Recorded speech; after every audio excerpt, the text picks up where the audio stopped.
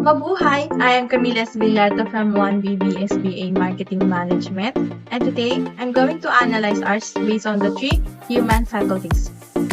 The artwork that I chose is called Crisis in Humanity by Benedicto Cabrera in 2017. I'm going to analyze this artwork based on the level of the senses, level of the will, and lastly the level of the mind. Let's begin with the level of our senses.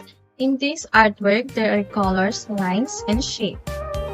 These lines, color, and shape represent people and event. In this artwork, I can only see black and white. In lines, I can see curved lines and loops. In the shapes, I can see geometric and organic shapes. These visual elements represent people or faces of the people.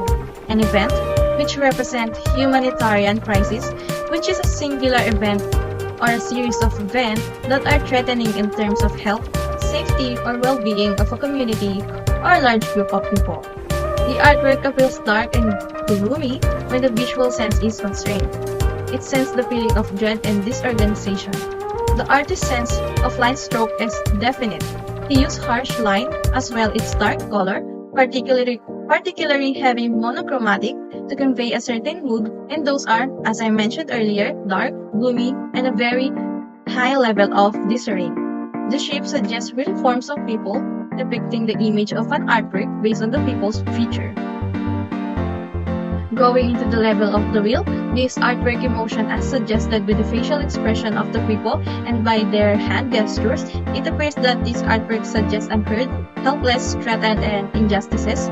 Artist's level of will is high in depicting this image. He made enough representation to showcase the truth behind the life of the people living below the high society. Lastly, the level of the mind.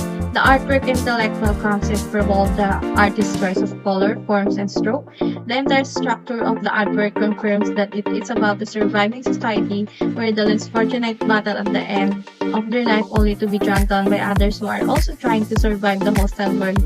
People represent people themselves. They represent the marginalized sector living in the society when they have been succumbed by poverty, hunger, and lack of quality of governance. The way these people are being built up against one another suggests that these people are trying to get it through the cost of survival. Their life is always about competition for available resources such as food, education, job, and most especially money, because there are too little opportunities that are offered to them, unlike the mid-income and the high-income generating families. Once again, I am Camila Esquilata from 1BBSBA Marketing. Thank you for listening.